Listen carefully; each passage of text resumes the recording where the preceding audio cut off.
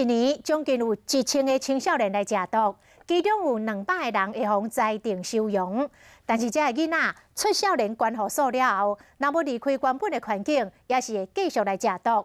是要安怎辅导这个囡仔甲毒品拔掉呢？讲社工甲心理师真重要，爱甲囡仔做朋友，协助因就业或者是就学，囡仔才会当走回正路。来看咱的专题报道。 一般青少年犯罪的话，通常经过法官审理会被判来少管所或是去少辅院进行感化教育。但是他们出来之后要怎么衔接社会，也是一大挑战。这拢是正经出发的司法少年，外表亲像大汉查甫囡仔小吴，国中就食毒，讲因家己无正条嘞，但是却进出少管所2次。那时候13、14了。这么小。国中毕业的学长。 对，抽K 烟嘛。最后被判感化教育到新城中学将近2档，对大家做伙规律生活是社工救伊的。记得什么时候我们在哪里见过面？106年少管。好，那其实那时候我蛮看好你的，怎么又进来了呢？ 回想当时第2次见面，社工阿文将伊带离开城城中学，互伊来到基金会中介之家，互伊离开原本的环境，嘛学习专长。饼干啊，然后点心之类的，我们有学那个做咖啡。虽然伫学校就考到烘焙、丙级证照，才对这矫正机关出来司法少年，要安怎辅导因佫行起来？首先就是互因离开毒品。 他出来之后，他明明已经是在保护管束期间，可是呢，他又碰了毒品，然后又被撤销保护管束，又回到监所的。大概我手上有50%都是毒品。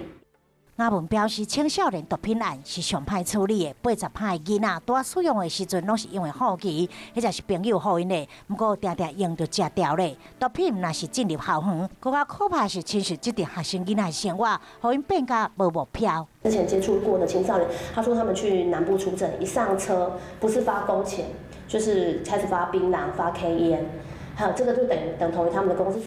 伊是24岁的少年，第一届目的毒品是伫国3的时接触顶头。那边的人都可以不用回家，可以跟我当好朋友。那觉得好朋友做什么就是要做什么这样。但那段阶段就是屁孩，我就觉得爽，大家都做一样的事情。那毒品更帅，就会去吸。15岁，伊甲朋友做伙去汽车旅馆，被警员临检查到毒品，当时被收容1个月，不过也是无学乖。我就是跟法官讲说。 我就不想回家，你把我判感化、判案子随便，所以我就一直故意违规，那我就一直还押，在外面就像动物一样，谁欺负我，我就要比人家更凶，要欺负回去。像安尼涉及毒品案的触发少年，对104年来看有11人，到106年嘞有894个，每当拢有200多名少年犯，因为毒品案被收容是主要犯罪类型的第5名，但是校保法更加注重的是保护青少年。 他如果入监服刑满3年之后，3年之后会有一个涂销。因为我们希望这些孩子，就算判了刑，入了监所之后，我给他一个自新的一个机会。不管是感化教育，也是保护管束，出来由社工自相评估，透过基金会个案辅导，帮助因就业或者是就学持续追踪，至少爱1档。比如说到他家附近去接他来上课。 哦，当他在吃早餐，就是觉得家里面父母都去工作的时候，都没有人理我，那可能又无聊又想要用药的时候，我们刚好出现在他旁边。这捌过毒品的少年，心眼其实是比心眼更加恐怖。听到很开心的音乐，那脑袋里就是剩下的记忆就是会被挑起啊，我好想要那个用药的快感哦。 好，就连我们已经戒毒好一阵子的同事，他说我听到音乐现在都会有点害怕。心理师嘛表示讲，这戒毒是一世人的，就是抢救大脑。这个工作咧，爱对这除了司法、警察反毒、掠毒，互囡仔回归学校教育，加上社工、心理师辅导3方面的努力，才会当互囡仔重新回归社会。